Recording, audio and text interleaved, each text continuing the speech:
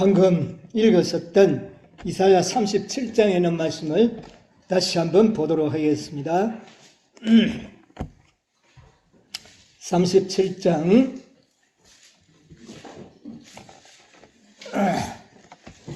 30절로부터 보도록 하겠습니다. 30절로부터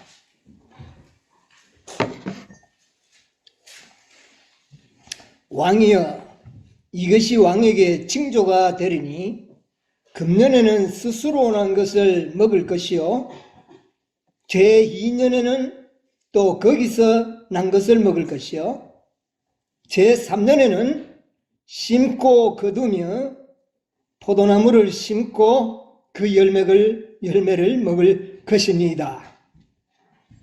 유다 족속 중에 피하여 남는 자는 다시 아래로 뿌리를 받고 위로 열매를 맺으리니 이는 남는 자가 예루살렘에서 나오며 피하는 자가 시온에서 나올 것임이라.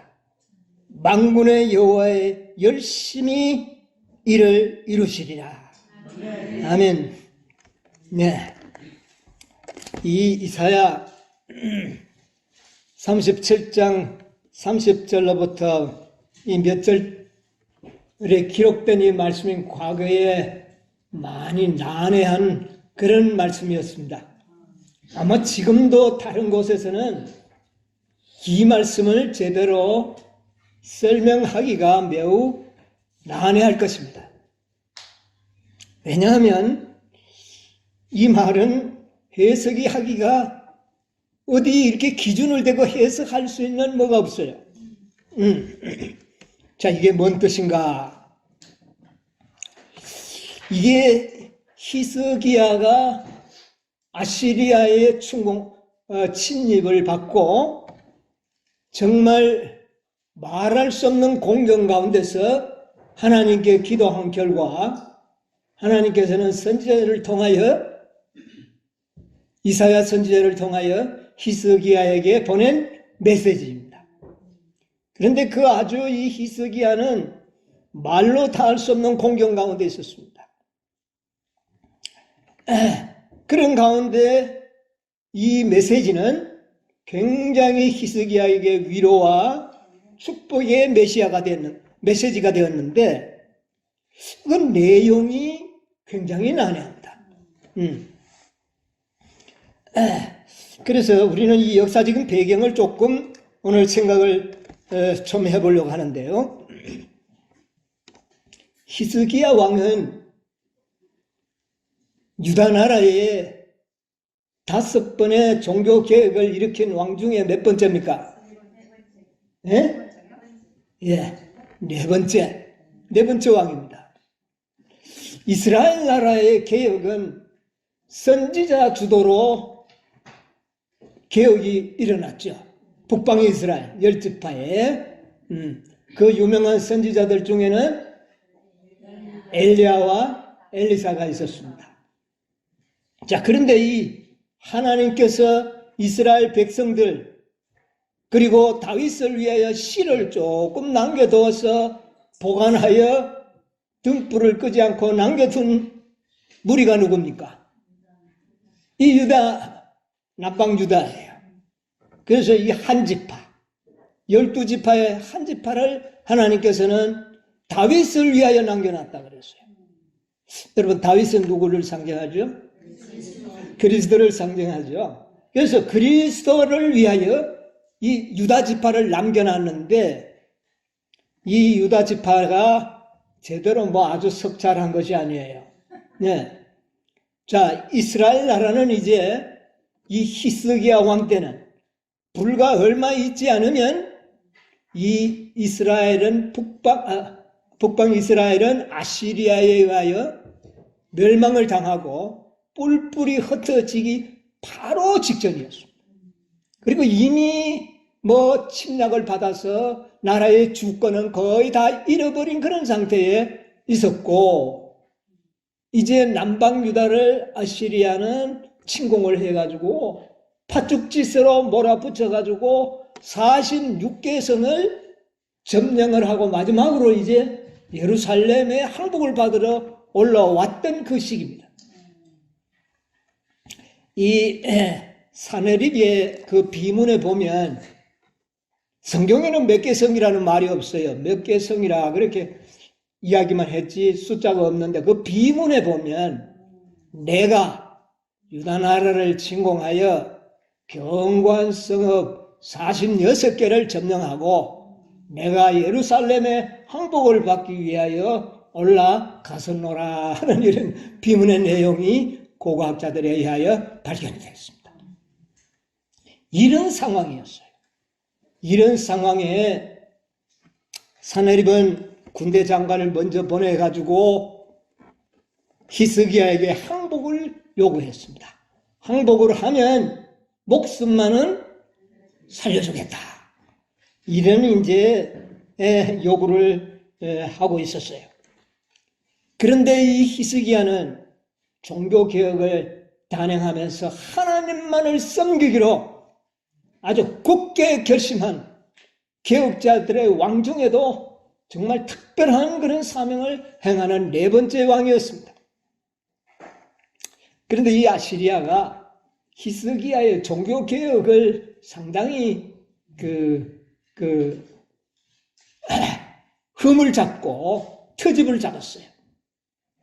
이 히스기야가 종교개혁하는 그것을 트집을 삼아서 이 건방진 놈 내가 혼을 내줘야 되겠다. 이렇게 해서 유대 나라를 침략한 거예요. 자, 그 내용이 이사야 36장에 있는 말씀을 보면 좀 이해할 수가 있습니다. 한번 우리 간단하게 한번 보겠습니다.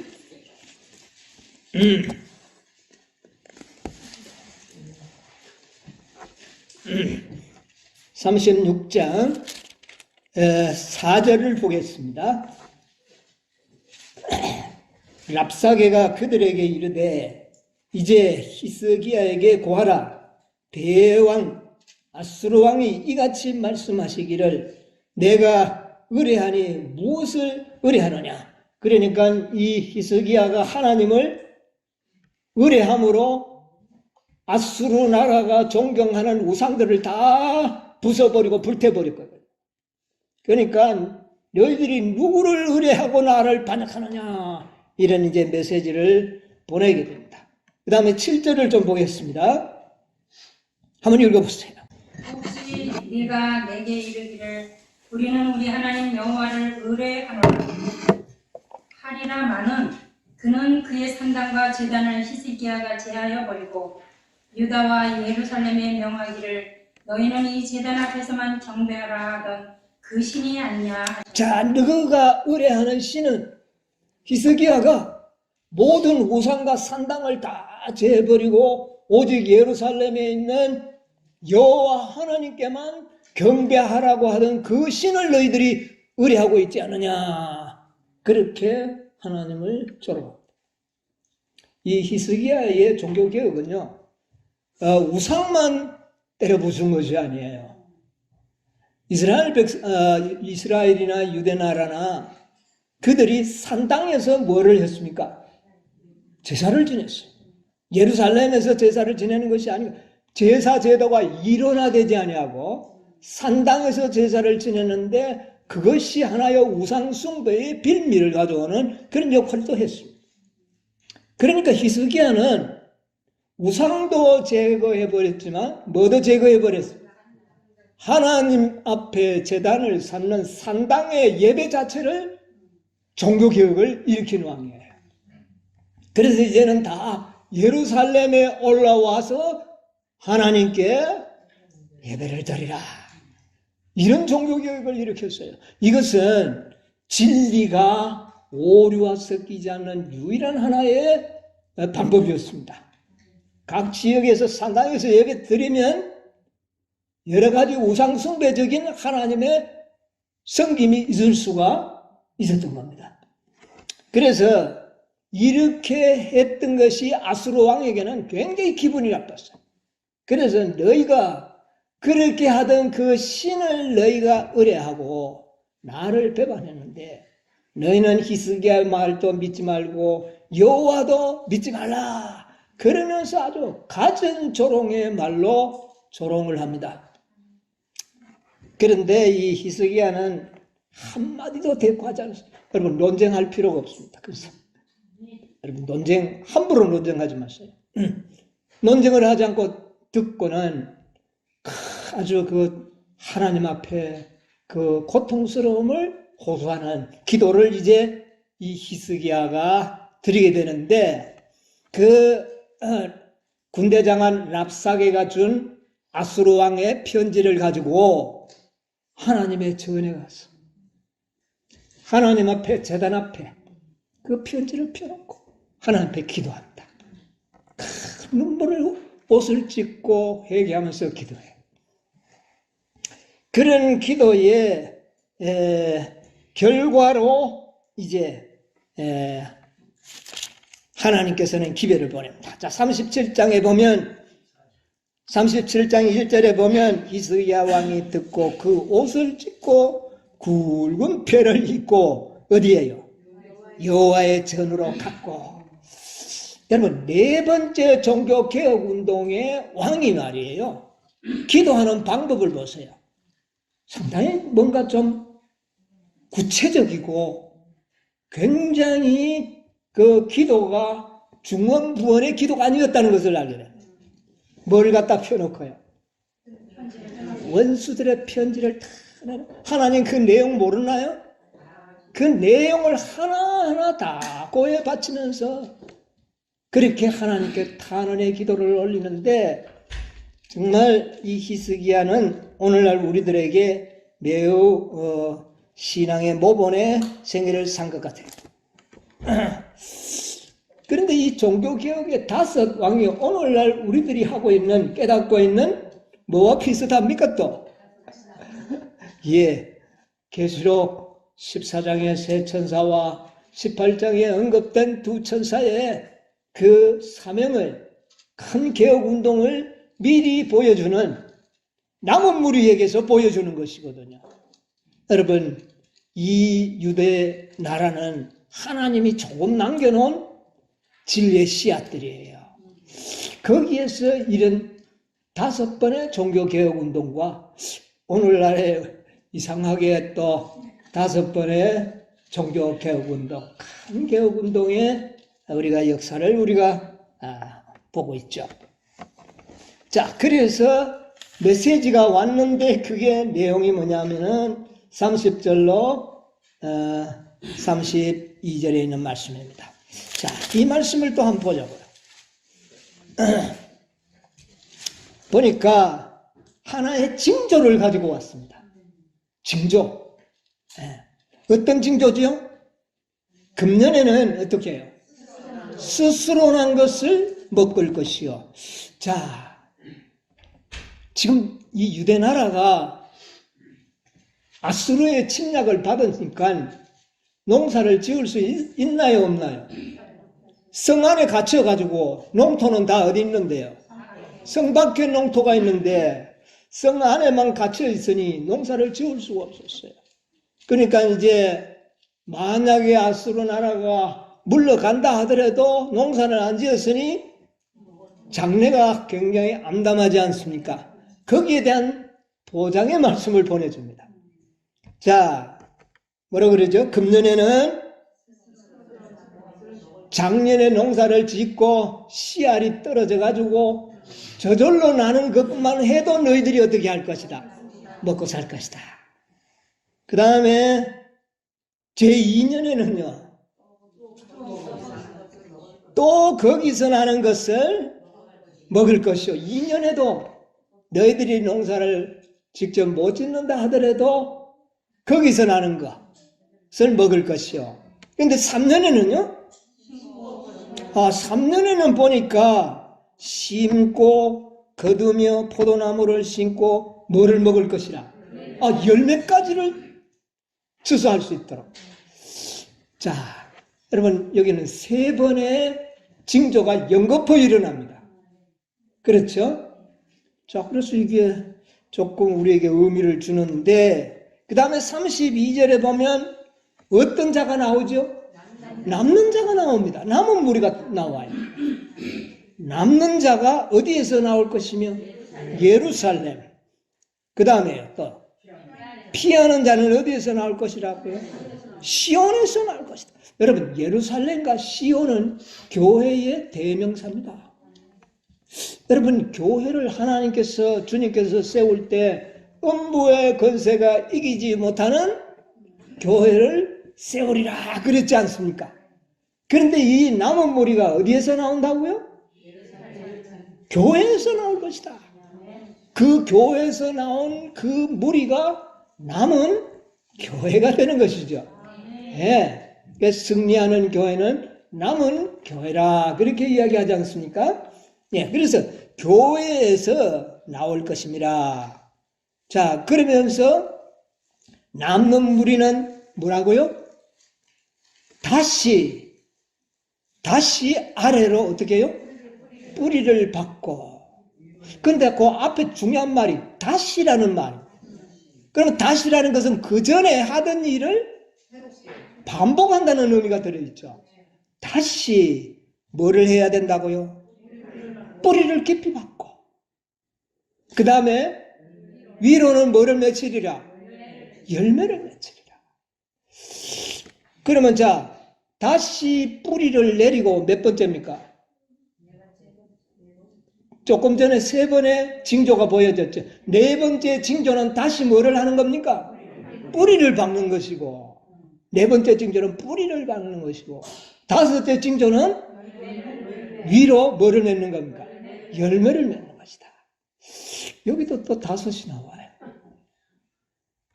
이 징조를 이 히스기야에게 보내줬는데, 히스기야가 이 기별을 받았을 때 당장에 그 기별을 확인할 수가 있었나요? 다 언제 속한 겁니까? 미래에 속한 것들. 그런데 히스기야는 그 기별을 받고 모든 의심을 물리치고 아수르 나라에 항복하는 일을 거절합니다. 여러분, 아수르 나라가 그만 그 이튿날 나가보니까 모든 병사들이 어떻게 돼버렸습니까? 다 죽었어요. 다 죽었어요. 그리고 그들은 예루살렘을 향하여 화살도 한번 쏴보지도 못하고 다 나머지 왕을 위시해서 그들이 다 도망을 가버렸습니다. 이것은 히스기야의 믿음의 승리입니다. 히스기야가 하나님의 그 종이 보내준 메시지를 믿음으로 말미암아 아시리아 군대를 당대의 초강대국인 아시리아를 물리친 역사가 바로 이 네 번째 종교개혁에서 나타나는 역사입니다. 이 초강대국 아시리아, 그 영향력 속에서 아주 풍전등화와 같았던 이 유대나라가 구원을 받은 것은 하나님의 종이 보내온 다섯 번의 징조를 어떻게 해요? 히스기야가 믿음으로 말미암아 그 모든 막강한 군대를 물리칠 수가 있었다. 여러분, 마지막 남은 무리의 승리의 장면을 보여주는 놀라운 징조라고 생각을 해야 됩니다. 이 히스기야는 말씀의 약속 외에는 얻은 것이 없어요. 예? 그런데 이 징조가 실제적으로 이루어지는 것은 오늘날 이것이 마지막 시대를 살아가는 우리들에게 매우 이것은 중요한 기별입니다. 자, 세 번째, 첫 해는 무엇을 먹고 스스로 난 것. 이게 첫째 천사의 기별과 맥락이 같은 겁니다. 스스로 난 것. 첫째 천사의 기별의 무리들이 뭐 새로운 기별을 뭐 이렇게 한 겁니까? 과거에 이미 말틴 루터의 종교 개혁을 통하여 다 나타났던 기별을 통하여 스스로 난 열매를 먹고 나타나는 것이 첫째 천사의 기별.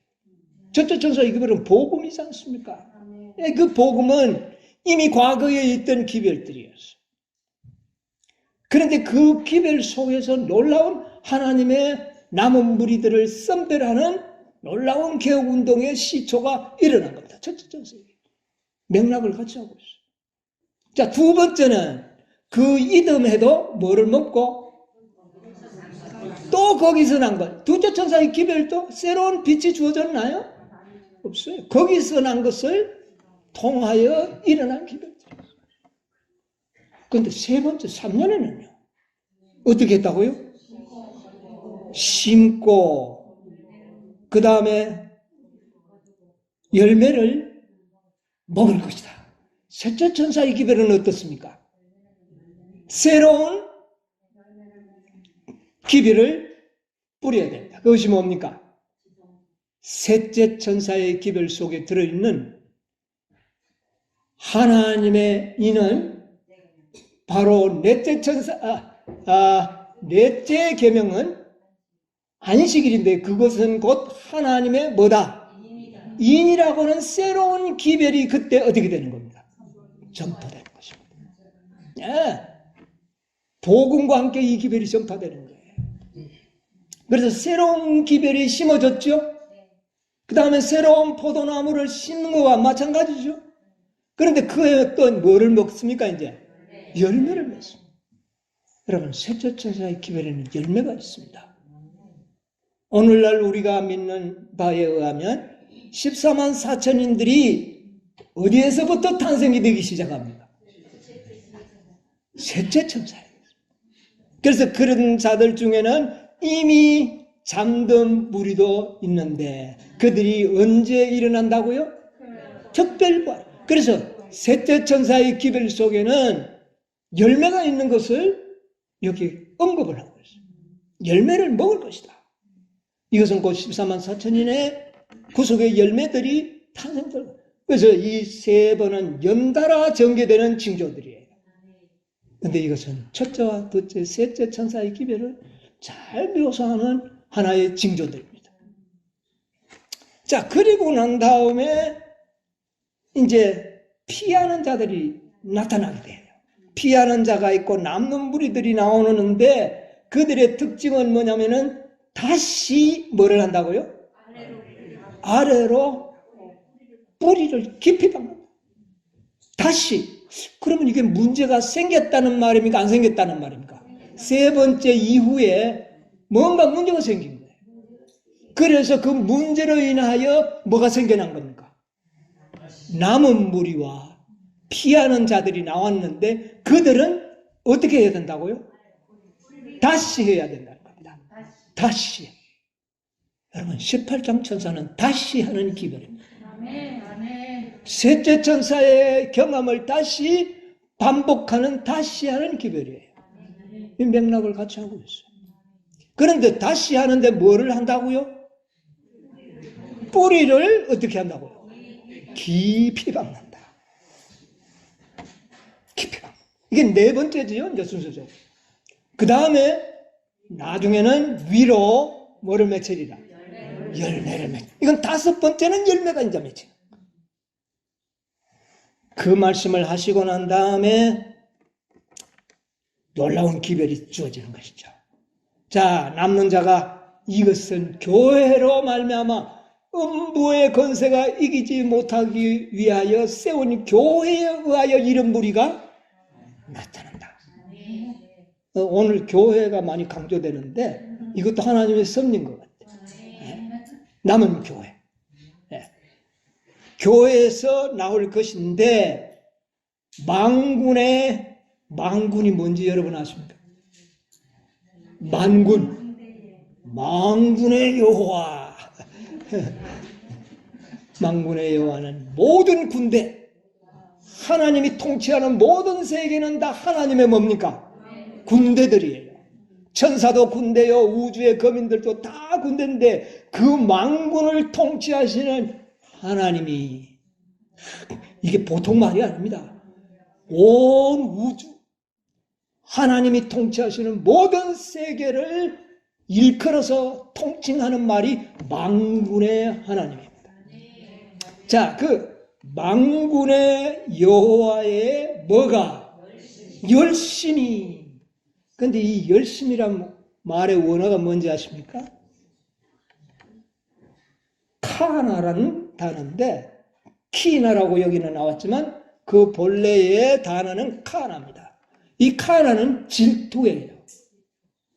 여러분, 질투. 여러분, 여자가 뭐 하면 온유월에도 뭐가 낀다고요? 이것은 여인의 질투심의 무서움을 상징적으로 하는 거예요. 그러면 이 질투심은 반드시 어떻게 한다는 겁니다. 반드시 이룬다는 거죠.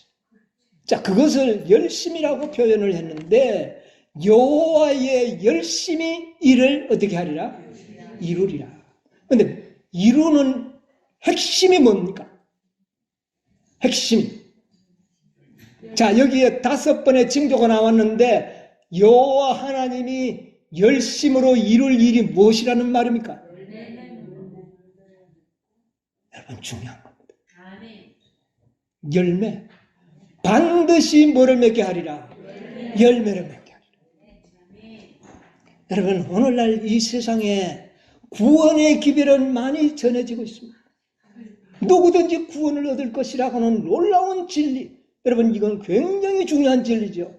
그러나 하나님께서는 반드시 이루어야 할 하나의 일이 있는데 그것은 뭐예요? 열매를 맺게 하는 것입니다. 구속의 열매. 무엇을 통하여 그것을 이루시겠다? 교회에서 나온다 그랬어요. 그런 영혼. 열매 맺는. 만군의 온 우주를 통치하시는 여호와의 열심히 그 일을 그럼 이루어질까요? 안 이루어질까요? 저는 이 말씀을 인하여 감사합니다. 과연 우리가 열매를 맺을 수 있을까? 과연 우리가 그리스도와 같은 온전하게 될 수 있을까? 걱정을 하는데 저는 이 말씀을 연구하는 가운데서 그런 염려들이 많이 사라져버렸습니다. 왜냐하면 그 일은 내가 이룰 것이 아니라 그냥 하나님이 아니에요.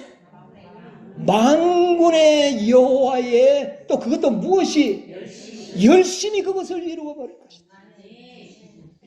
이것을 반드시 이룬다는 겁니다. 여러분 확신하시기 바랍니다.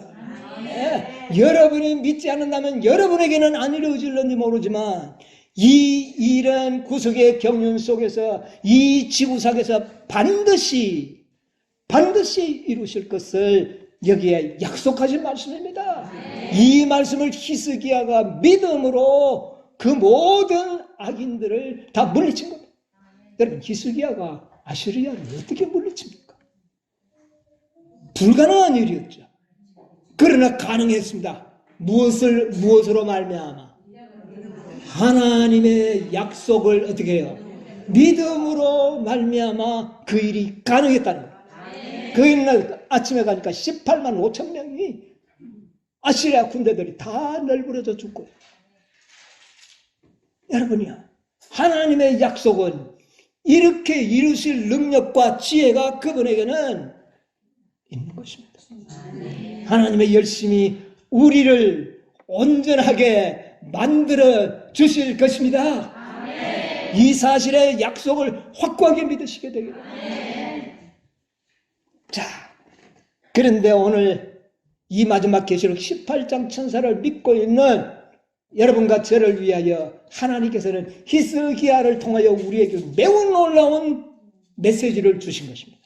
여기 5 천사의 기별이 언급된 것으로 문제가 아니라 중요한 것은 열매를 맺는 방법을 이 메시지 가운데 넣어 주셨다는 것입니다. 우리가 어떻게 열매를 맺을 수 있는가? 자, 이것을 좀 간단하게 좀 연구를 해 보려고 합니다. 자, 뿌리를 다시 어떻게 해야 된다고요? 여러분, 18장 천사의 기별은 새로운 메시지는 아니지만 다시 시작하는 메시지입니다. 확실합니까? 네. 새로운 메시지는 아니에요. 그러나 다시 뭐를 내린다고요? 뿌리를 내린다. 여러분, 뿌리를 내리지 않으면, 자, 뿌리를 내리지 못한다면 뭐가 안 된다는 거예요? 열매가 안 된다. 여러분 이거 분명히 기억하시고 뿌리가 깊이 내려가야 돼요. 깊이 뿌리를 박혀야 환난 때에 흔들림을 견딜 수가 있는 겁니다. 어떤 흔들림이 오더라도 흔들리지 않는 깊은 뿌리를 내리기 위해서는 땅이 좋아요. 여러분 농사 짓는 분들 다 아시죠? 자, 뿌리를 깊이 내리려고 하면 땅이 어떻게 해야 합니까? 비옥하고 뭐가 없어야 돼요? 첫째는 돌멩이들이 없어야 돼요. 자, 여기에서 여러분 큰 하나요. 우리는 어떻게 열매를 맺을 수 있는가? 무슨 땅이 되면? 좋은 땅만 되면. 여러분 우리가 예수님의 씨 뿌리는 비유를 보면 자, 돌짝밭도 나오고 길가에 떨어진 것도 있고 또 가시덤불에도 떨어졌는데 그들은 결실치 못한지라.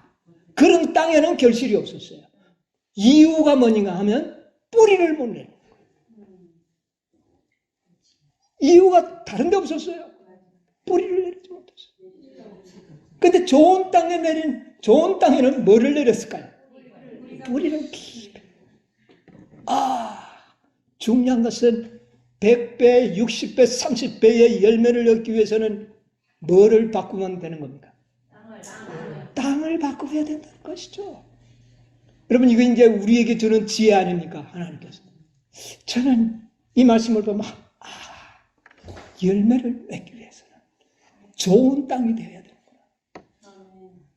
여러분 땅은 무엇을 상징합니까? 우리의 마음이에요. 자, 여러분의 마음은 좋은 땅입니까?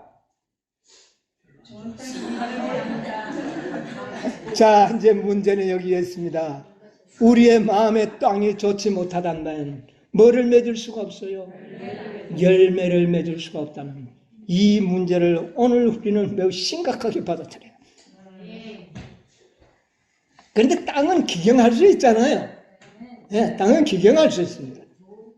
자, 좋은 땅이 뭔가? 그러면 알카리성이 좋은 땅입니까?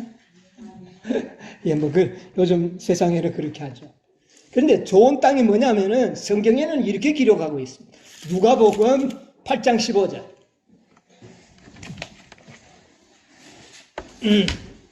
누가복음 8장 15절을 한번 보십시다.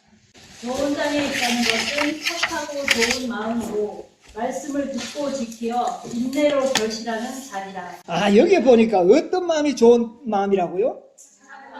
착하고 좋은 마음. 여러분 착합니까? 예, 뭐 착한 분도 있는데 까다로우라면 두째가기 서러운 성격을 가지는 사람도 있죠. 뭐 저도 그렇습니다. 착하고 좋은 마음. 자, 그런데 우리가 그렇지 못한 것 같아요. 그런데 이 설명을 실물 교훈을 통하여 우리가 해석을 좀 들어봐야 되겠습니다. 여러분 우리가 예언의 신이 참 중요한 것은 그냥 이 누가복음 8장 15절로만 봐서는 천성이 좀 착한 사람이 좋은 거구나 이렇게 이상 해석할 방법이 있어요 없어요? 이렇게밖에 해석이 안 됩니다. 그러나 예언의 신을 통하여 우리는 이 해석을 올바로 해석을 할 수 있습니다. 실물교훈 59쪽 그 사이에 있는 말씀을 좀 보겠습니다. 실물교훈 58, 59쪽에 보면 이 비유 가운데 말씀은 찾았나요? 찾았으면 한번 크게 읽어보세요. 이 비유 가운데 말씀한 착하고 어진 마음은 죄가 없는 마음을 여러분 죄가 없는 마음이 착한 마음이 아니에요. 여기 이야기하는 거는. 자 보세요. 왜냐하면 복음은 잃어버린 자들에게 전하도록 되어 있기 때문이다. 그리스도께서는 내가 의인을 부르러 온 것이 아니오 죄인을 부르러 왔노라. 우리 모두는 다 죄인입니다. 착하지 않다는 말입니다. 한마디로 이야기하면. 예. 말씀하셨다. 성령의 역사에 자신을 굴복시키는 자는 마음이 착한 자, 이제 정답이 나옵니다. 뭐가 착한 마음이라고요? 성령의 역사에 자신의 마음을 굴복시키는 자는 착한 마음을 가진 자다. 여러분이요, 착한 마음이 되기를 원합니까? 좋은 땅이 되기를 원합니까? 성령의 역사에 굴복하시게 되기를 바랍니다. 성령의 역사에 굴복해야 돼. 그 다음에 또 읽어보세요. 그는 자기의 죄를 고백하고 하나님의 자비와 사랑의 필요를 느끼는 자다. 그는 진리를 알고자 하고 그것을 순종하고자 진정으로 열망하는 자, 그 다음에 착한 마음은 진리를 뭐 하고자 하는 사람? 진리를 알고자 하는 사람. 이런 마음이 무슨 마음이라고요? 착한 마음. 다시 말하면 좋은 땅이라. 자, 그 다음에 어진 마음은 믿는 마음이며 하나님의 말씀에 대한 믿음이 있는 마음이다. 자, 여기 결론이 나왔습니다. 착한 마음은 뭐라고요? 하나님의 말씀을 믿는 마음. 말씀을 믿는 마음이 무슨 땅이다? 좋은 땅이다. 자, 우리가 지금까지는 하나님의 말씀을 잘 안 믿고 자신의 생각대로 하려고 하는 그런 의지를 우리는 많이 가지고 있었습니다. 이제부터 우리가 오직 하나님의 말씀대로만 순종하며 살겠다고 우리가 결심한다면 그 땅은 어떤 땅이 되어버립니까? 좋은 땅이 될 것입니다. 여러분, 다시 뿌리를 내리기 위해서는 우리의 마음을 하나님의 말씀만을 믿겠다고 하는 믿음을 가진 자들이 되어야 됩니다. 가능합니까? 이제 우리도 좋은 땅이 될 가능성이 있어요, 없어요? 아멘. 우리도 이제 좋은 땅이 될 수가 있어요. 뭐만 믿는다면. 그래서 예내신 가운데 보면 오직 마지막 남은 무리들은 뭐만을 신뢰하는 무리들이더라. 오직 말씀만을 신뢰하는 자들. 그들이 어떤 무리들이기 때문에 좋은 땅이에요. 그런 땅에는 뿌리가 어떻게 될까요? 깊이 내려갑니다.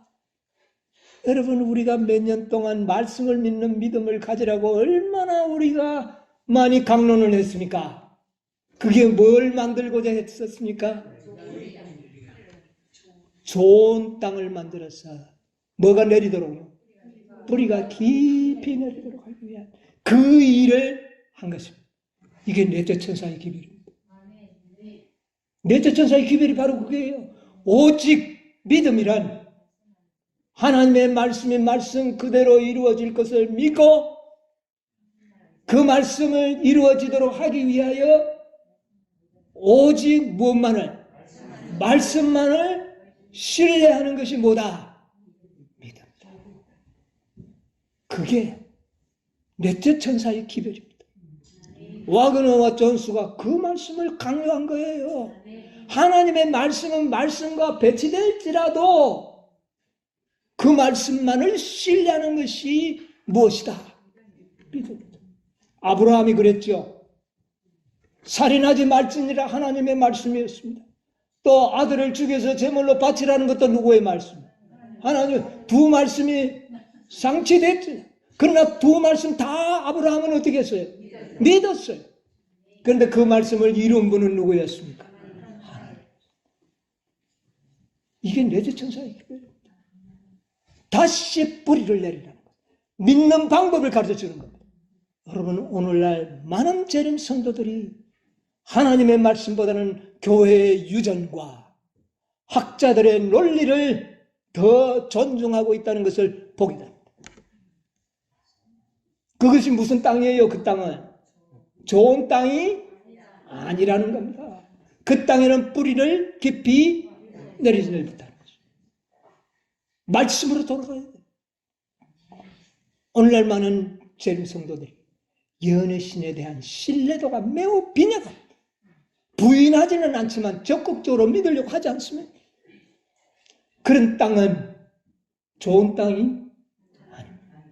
그 땅에는 뿌리를 내릴 수가 없다는 것입니다. 예. 여러분, 우리가 이 마지막 증언의 말씀은 마지막 남은 백성들의 승리를 위하여 주신 하나님의 메시지예요. 히스기야에게 편지를, 그 기별을 가져왔던 이사야의 기별이 바로 이 기별입니다. 엘렌 G. 화이트의 기별은 바로 그 기별에 해당되는 거예요. 자, 그래서 여러분, 우리는 어떤 땅이 되어야 되겠습니까? 여러분, 돌 갈라낸다고 너무 신경 쓰지 마세요. 암만 갈라내도 또 돌이 들어있고. 그런데 뭐만 하면은요, 말씀만을 믿는 믿음을 우리가 갖게 되면 돌은 성령께서 골라내버립니다. 말씀 속에 있는 진리의 말씀이 우리의 심령을 변화시켜서 모든 것을 다 돌들을 제거해버려. 돌이 뭡니까? 어떤 죄들입니까? 특별히 이기심이 밑에 딱딱하게 들어있는 게 돌입니다. 여러분, 우리의 마음에 있는 이기심을 뭐가 없애줄까요? 아이고, 내가 없애보려고 그게 없어지겠어요? 말씀을 믿는 믿음을 우리가 믿는 방법만 제대로 알면, 뿌리를 박는 방법만 알면 성령께서 그 모든 이기심들을 없애버릴 것입니다. 그런 땅에는 뿌리가 깊이 내려서 야곱의 환난을 무사히 통과할 수 있는 그런 뿌리를 우리는 갖게 된 것입니다. 자, 이게 넷째 천사의 핵심이에요. 자, 그 다음에 뿌리가 깊이 내린다 그랬는데, 그러면 뿌리는 뭡니까 도대체가? 실컷 우리가 연구를 했는데 뿌리는 뭡니까?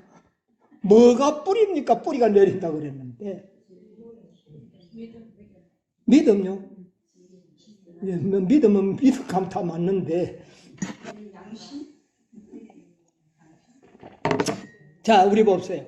믿음으로 말미암는 의는 칭의, 성화, 온전함으로 우리가 구분은 하죠. 그러면 열매는 뭡니까? 완전함이 열매죠. 그러면 뿌리는 뭡니까? 성화는 줄기죠. 예, 성화는 줄기죠. 뭐예요? 칭입니다. 칭의가 뿌리예요. 온전함의 뿌리는 칭의예요. 여러분, 우리가 열매 맺기 위해서 지금 노력한다고, 노력은 해야 되지만 노력한다고 되는 것은 아니에요. 노력은 해야 돼요. 우리가 노력을 안 된다고 그랬어요. 그러면 열매를 맺으려면 어떻게 해야 되겠어요? 뿌리를 깊이 박아야 되는데 그 뿌리가 뭐라고요? 칭의가 완전해야 되는 것입니다. 칭의.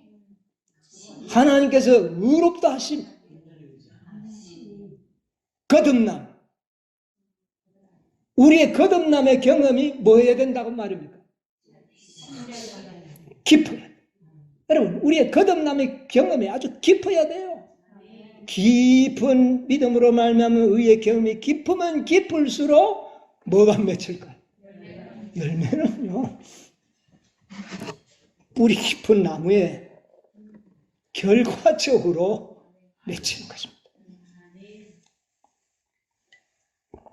뿌리는 얇아가지고 자칫하면 가뭄이 들고 그래 되는데, 나무가 내가 열매 맺혀야지 그러면 맺히나요? 안 되는 겁니다. 뭐를 깊이 박히면? 뿌리를 깊이 박히면 감으로도 수분을 땡겨 올리고 영양이 부족해도 사방으로 퍼져 있는 뿌리들이 영양을 모아들여서 결국은 뭐를 만들어냅니까? 충실한 열매. 여러분, 열매 맺히는 방법은 뿌리를 깊이 박고 튼튼하게 만드는 것입니다. 이사야를 통하여 오늘날 이 시대를 살고 있는 우리들에게 열매 맺는 방법이 어떤 것인가를 가르쳐주고 있는 것입니다. 뿌리를 깊이. 자, 첫째 땅을 좋게 만들어야 돼요. 두 번째는 뿌리를 깊이 내리는데 그 뿌리가 바로 칭의의 경험이라고 하는 것입니다. 여러분 보세요. 화이트석 로마서 6장 1절로 4절의 주석 가운데 보면 이런 말씀이 있습니다. 6장 1절로 4절 주석에 있는 말씀을 좀 보겠습니다. 거듭남은 이게 칭이거든요. 거듭남이 칭이잖아요. 거듭남은 우리 시대에 좀처럼 보기 어려운 뭐라고요? 진귀한 경험이다. 많은 사람이 거듭남을 경험했다는 말입니까? 간혹 했다는 말입니까? 진귀한 경험이라고 했어요. 많은 사람들이 이 경험을 하지 못했다는 겁니다. 이것이 많은 문제를 가져온 이유다. 그리스도의 이름을 가진 사람들이 성화되지 못하고 거룩하지 못한 사람들이 참으로 많다. 예수는 믿는데 품성이 변화 안 된 자들이 너무 많다. 뭐 때문입니까? 뭐가 안 됐다는 말입니까? 거듭남의 경험이 안 일어났다. 너는 다니는데, 교회는 다니는데 경험이 안 일어났다. 자, 그는 침례는 받았지만 어떻게 해요? 상체로 장례를 치렀다. 죽지 않고 다시 살아났다고 하는 사람. 죽음의 경험이 완전하지 못하면 칭의의 경험은 완전하지 못하고 있습니다. 자, 여러분 보십시오. 우리가 경험하는 칭의의 경험이 완전한가? 하면 생각을 해봅시다. 내가 과연 완전히 그리스도 안에서 어떻게 했는가? 죽었는가? 내가 완전히 죽으면 완전히 사는 겁니다. 네. 완전히 죽지 못한다면 그 거듭남은 불완전한 거듭남이 되어서 뿌리를 내릴 수가 없어요. 그런 뿌리에는 열매가 맺힐 수가, 여러분 이 사실을 분명히 이해하시기 바랍니다. 여러분 우리가 열매 맺기를 원합니까? 죽어야. 아멘. 죽지 않고 열매를 맺을 수는 없는 것입니다. 자아가 죽지 않았기 때문에 그들은 그리스도 안에 있는 산 생명으로 일어나지 못합니다.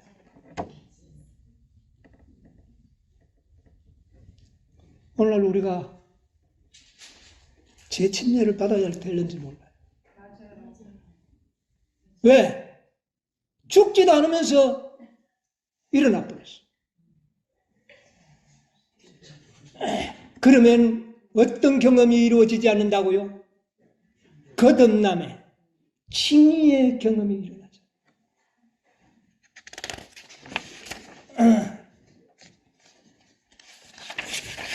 목사들에게 보내는 증언 가운데 456쪽에 보면 이런 말씀이 있어요.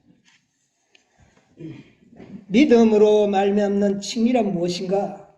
그것은 인간의 영광을 티끌 속에 던지고 뭐를요? 내 영광을 티끌 속에 던지고 인간이 스스로의 힘으로 할 수 없는 것을 인간을 위해 행하시는 하나님의 역사 행위이다. 여러분의 영광을 티끌 속에 던졌습니까? 우리의 영광을 티끌 속에 던졌느냐고요? 이것을 온전히 던지지 못했다면 거듭남의 믿음으로 말미암은 칭의가 제대로 완전하지 못하다는 것입니다. 여러분, 이 넷째 천사가 전하는 기별이 칭의의 기별이었어요. 와그너와 존스가 1888년에 교회에 전하는 기별은 무슨 기별이었다? 칭의의 기별이었다고 그랬어요. 이것은 다시 경험하도록 하는 것입니다. 네. 칭의를 다시 경험하도록. 여러분, 오늘 우리도 칭의를 다시 경험할 필요가 있습니다. 그래야 뭐가 맺힐까요? 여러분, 뿌리만 깊이 내려놓으면 열매는 결과적으로 맺히는 거예요. 오늘 우리들에게 가장 요긴한 기별이 이사야를 통하여 히스기야에게 보내진 것입니다. 목사들의 증언 91쪽 2쪽에 보면 이런 말씀이 있습니다. 주님께서는 크신 자비를 베푸셔서 와그너와 존스 목사를 통하여 그분의 백성들에게 지극히 소중한 기별을 보내셨다. 이 기별을 들림을 받으신 구주, 온 세상의 죄를 위하여 희생 제물에 관한 소식을 세상을 향하여 더욱 분명하게 가르칠 것이다. 여러분, 넷째 천사가 전하는 이 칭의의 기별은요, 과거에 전하던 칭의의 기별보다 더 확실하게 전하게 될 것입니다. 여러분, 오늘 아침 저는 설교를 듣고 심장이 어디에 붙어 있었는지 잘 몰랐어요. 넷째 갈비뼈 뭐 이 속에 어디 좀 대충 들어있겠지 했는데 넷째쯤 들어있다고요? 넷째와 다섯째. 거기에 심장이 보관되어 있는 거예요. 여러분, 이건 뭘 의미하는 겁니까? 많은 복음의 믿음으로 말미암는 칭의가 아담 때부터 지금까지 전해왔지만 가장 그리스도의 심장을 가까이 들을 수 있는 복음은 넷째 천사와 다섯째 천사의 기별이 전하는 복음 속에서 그리스도의 심장의 고동을 느끼게 하는 복음이 들어있다는 거예요. 내용은 같은 것이지만 가장 확실하게 우리의 느낌 속에 생활을 변화시킬 수 있는 그런 칭의의 기별. 여러분, 칭의의 기별이 그냥 예수 믿으면 구원은, 누구든지 믿으면 구원 온다는 단순한 그런 기별이 아닌, 그 기별은 우리로 하여금 열매를 맺히게 하는 칭의. 여러분, 목적이 다르죠? 과거에 말틴 루터가 전하는 기별은 믿음으로 말미암아 뭐 하는 구원 얻는 기별이었다면, 이제 넷째와 다섯째는 구원은 뭐 이제 생각할 필요도 없어요. 이제 뭘 맺히는 겁니까? 이제는 이 기별은 우리를 하여금 그리스도의 온전함, 너희 아버지의 온전함처럼 너희도 뭐하라? 온전하게 되라는 열매에 집중하도록 한 기별입니다. 칭의의 방법으로 그리스도의 온전함에 우리도 도달할 수가 있다고 하는 놀라운 기별이에요. 놀랍지 않습니까? 네. 그것은 보증물을 믿는 믿음으로 말미암는 칭의를 제시하였다. 이건 다시 뿌리를 다시 박는 겁니다. 다시 박되 어떻게 박는 겁니까? 깊이 박는 겁니다. 그런데 잘 보세요. 그것은 백성들에게 그리스도의 의를 받아들이도록 초청했는데, 그리스도의 의는 그리스도의 뭡니까? 품성. 어떤 품성이에요?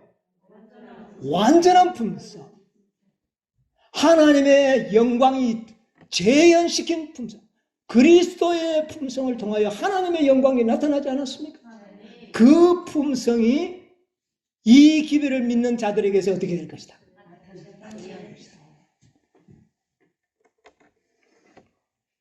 칭의를 제시하였다. 그리스도의 의를 받아들이도록 초청했는데, 이것은 하나님의 모든 계명에 대한 순종으로 나타납니다. 여러분, 하나님의 율법은 완전하여, 뭐가 완전하다고요? 율법은 완전합니다. 여러분, 율법 순종 잘하면 완전한 겁니다. 율법은 하나님의 의예요. 율법은 하나님의 품성이 뭡니까? 사본이에요. 순종으로 나타나. 우리가 율법 순종하면 완전한 거 아닙니까? 네. 하나님의 의에 도달하는 거예요. 나타난다. 값으로 헤아릴 수 없는 그분 자신의 의를, 값으로 헤아릴 수 없는 그 자신의 의를 속절없는 인간 대제자들에게 나누어 주신다. 이거 돈 받고 주는 겁니까? 나누어 주신다. 그러면 뭐예요? 완전한 풍성을 뭐로 주신다? 선물로 주신다. 여러분, 시대의 소망 762페이지의 말씀과 동일한 말씀입니다. 완전한 풍성이 열매를 맺히는 겁니다. 이것은 뿌리를, 좋은 땅에 깊이 뿌리를 내리는 사람들에게 맺히는 자동적인 결과예요. 이것은 하나님의 무엇이다? 선물이다. 놀랍지 않습니까? 네?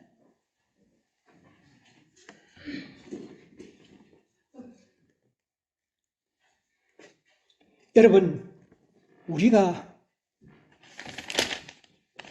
시간이 많이 갔는데 조금만 더 하고 마치겠습니다. 자, 칭의에 대한 이 축복들을 우리가 좀 생각을 해봐야 되겠습니다.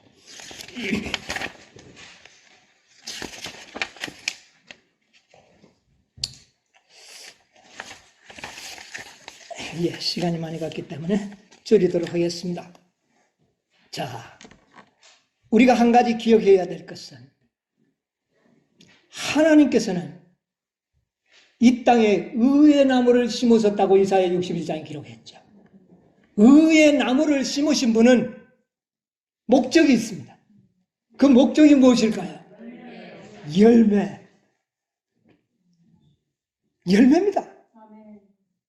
그 목적을 이루기까지는 계속 농부는 수고하고 일하실 것입니다. 자, 농부가 씨를 뿌립니다. 목적이 뭡니까? 열매. 농부가 씨를 뿌려놓고 추수도 안 하고 맺혔는지 안 맺혔는지 확인도 안 한다면 그 농부는 분명히 정신적으로 문제가 있는 사람.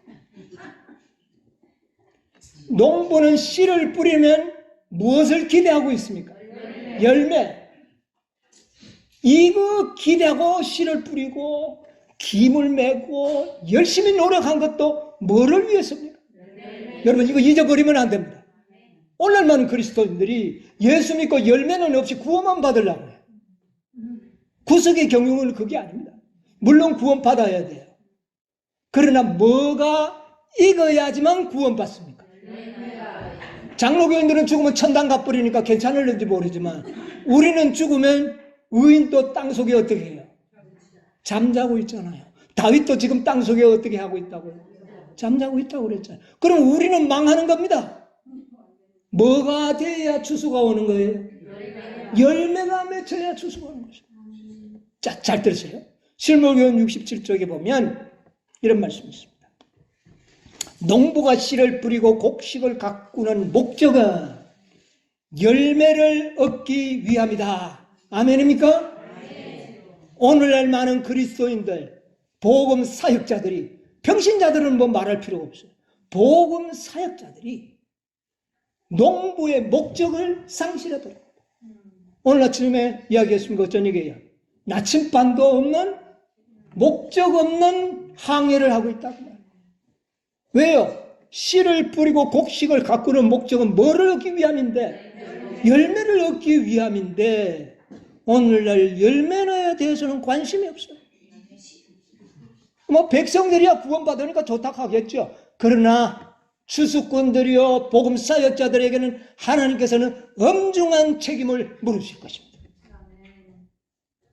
뭐가 목적인데요? 열매입니다. 그들은 굶주림을 채울 양식을 바라고 후일에 거둘 추수를 위하여 현재 먹을 수 있는 씨를 땅속에 뿌립니다. 그렇게 투자를 했는데 열매를 거두지 않는 농부가 있나요?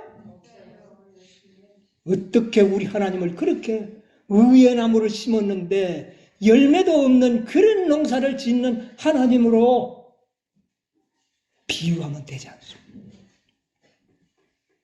이와 같이 하늘 농부께서도 당신의 수고와 희생에 대한 보수로서 수확할 곡식을 열매를 찾으신다.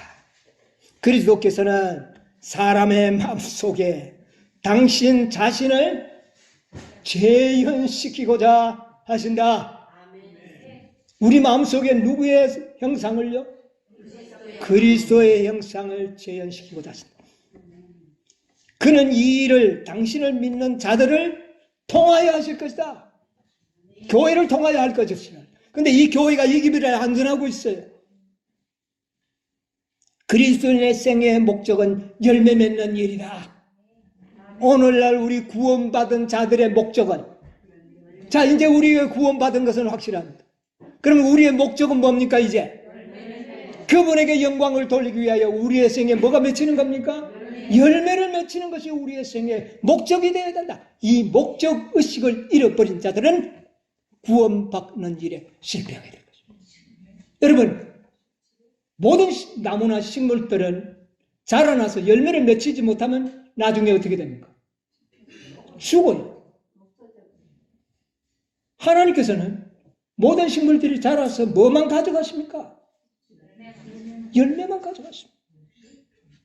열매는 또 다른 자아예요. 그게 구원이에요. 그 우리의 목적은 뭐가 되어야 된다고요? 열매 맺는 일이다.